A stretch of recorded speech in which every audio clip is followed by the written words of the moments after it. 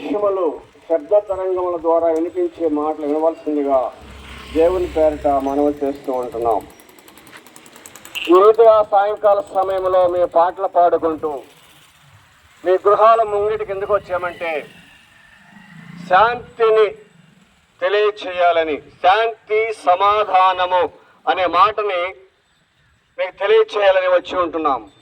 శాంతి ఎచ్చట చూచినా, ఈనాడు ప్రపంచంలో ఎచ్చట చూచినా, దేశంలో చూసినా,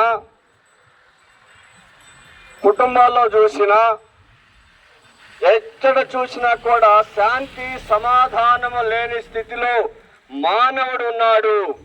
ఎక్కడ చూసిన యుద్ధములు, తగువులు, అనేక విధాలుగా మానవుడు శ్రమను అనుభవిస్తూ ఉంటున్నాడు. ఎందుకు మానవుడు ఇంత శ్రమ అనుభవిస్తున్నాడు? ఎందుకు మానవుడికి సమాధానం లేదు, శాంతి లేదంటే మానవుల నుండి పాపము.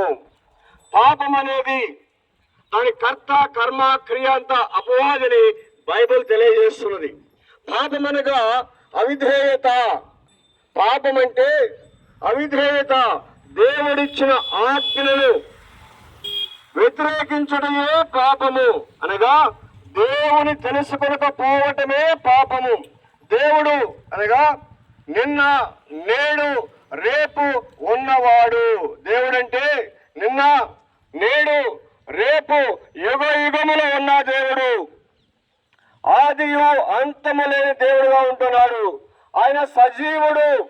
ఆయన సమస్త లోకములను కలుగు చేసిన దేవుడు. ఆయన సమస్త లోకములను నిర్వహిస్తున్న దేవుడు.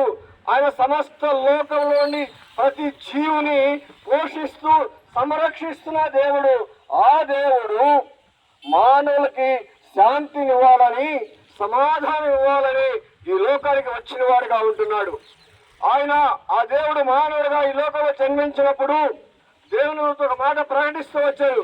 సర్వోన్నతమైన స్థలంలో దేవునికి మహిమయు, ఆయనకి ఇష్టమైన మనుషులకు భూమి మీద సమాధానము కలుగును గాక అని దేవుని దూతలు ప్రకటిస్తూ వస్తున్నారు. సర్వోన్నతమైన స్థలములో అంటే ఉన్నతమైన స్థలములో, అమరత్వములో, ఎవరు సమీపించని తేజస్సులో నివసించే దేవుడు మానవుడిగా ఈ లోకంలో జన్మించినప్పుడు, నీ వంటి నా వంటి నిరుపేదగా ఈ లోకంలో మానవుడు జన్మించినప్పుడు ఆ దేవదూతలు వచ్చి ప్రకటిస్తున్న మాట ఏంటంటే, సర్వోన్నతమైన స్థలంలో దేవునికి మహిమయు, ఆయనకి ఇష్టమైన మనుషులకు భూమి మీద సమాధానము. మానవుడికి సమాధానం ఎందుకు లేదంటే మానవుడు దేవునికి ఇష్టంగా లేడు. దేవునికి మానవుడు ఇష్టంగా లేడు. కానీ మానవుడు తన ఇష్టం వచ్చినట్లుగా, తన చిత్తానుసారంగా, తన కోరిక చొప్పున, తన ఆలోచన చొప్పున పాపములకు తను అమ్ముకొని, అనగా అపవాదికి అమ్ముకొని పాపములో జీవిస్తూ, పాపములో ప్రయాణిస్తూ దేవునికి దూరస్థులైన వాడిగా ఉంటున్నాడు. అందుకే శాంతి సమాధానం లేక ప్రపంచంలోని సప్త ఖండములో నుండి అన్ని దేశంలోని మానవులు ఈనాడు అల్లరిలో భయంకర పరిస్థితుల్లో యుద్ధ ఘోషలో జీవిస్తూ ఉంటున్నారు. ఇట్టి పరిస్థితుల్లో మానవానికి దేవుడు చెప్తున్న ఒకటే మాట, మీకు శాంతి సమాధానం కావాలని, ఆ శాంతిని సమాధానం ఇవ్వాలని వచ్చి ఉన్నాను. ఆ శాంతిని నేను మీకు అనుగ్రహిస్తాను.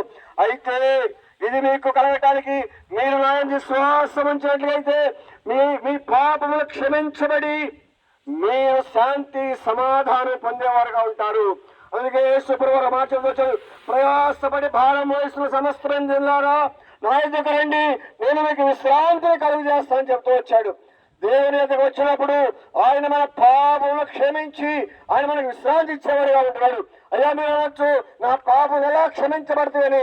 భారతీయులుగా మనకు ఒక మాట తెలుసు, రక్త ప్రోక్షణ జరగకుండా పాప క్షమాపణ లేదు. ఆ రక్తము పరిశుద్ధమైన ఉండాలి. అది భూమి మీద లేదు కనుకనే దేవుడే మానవుడిగా వచ్చి 33 సంవత్సరాలు మానవుడిగా జీవించి దేవుని చిత్తానుసారముగా దేవుడే ఆయనను కలువరి శిలువలో బలిగా అర్పిస్తూ వచ్చాడు.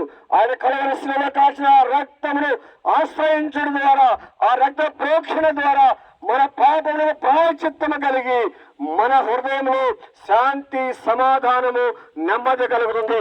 అట్టి శాంతి సమాధానం లేని వారి కొరకై ఈనాడు దేవుడు ఈ సాయంకాల సమయంలో మమ్మలను ప్రేరేపించి ఆయన ప్రేమించి మమ్మల్ని పంపించక మేము మీ వీధిలోకి వచ్చి ఈ మాటలు ప్రకటిస్తున్నాము. మీరు ఎవరైనా సరే, మీరు ఎక్కడైనా సరే